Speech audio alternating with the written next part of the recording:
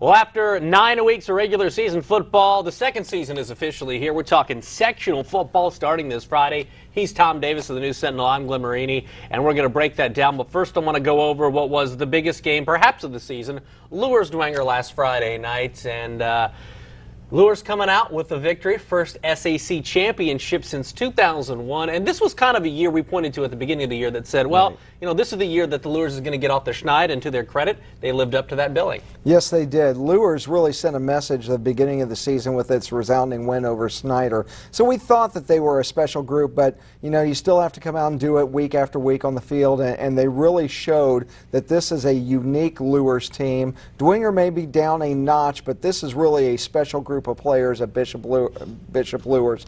Their offensive line was so strong the other night against Dwenger. That really allowed them to run the ball, not at will against Dwenger, but very, very formidably.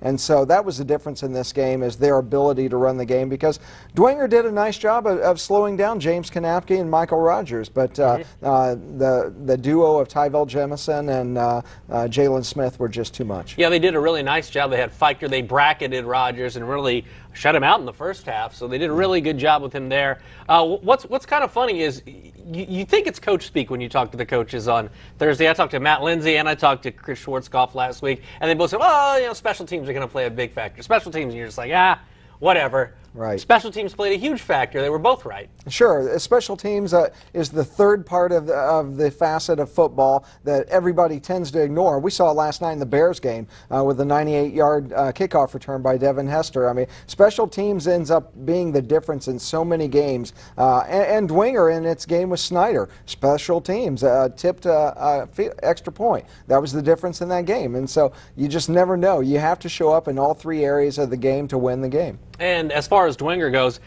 it seems odd to say that they have lost 2 straight games going into the postseason, yet they are on a roll. But they are actually playing pretty well compared to what they did early in the season. And this is a team that's come around and I think playing their best football at the most important time with, you know, Fire Cable at quarterback and Dalton Wheeler at running back, and you've got all sorts of different things working with them. Yeah, I talked a couple of weeks about the adjustments that coaches are making. Kurt Tippmann made them at Snyder, and Coach Schwarzkopf made them at Bishop Dwenger. They've made adjustments. They figured out how to strengthen their teams as they've gotten through some of those losses. And you're right, I don't care about the losses in the last 2 weeks that Dwenger has had.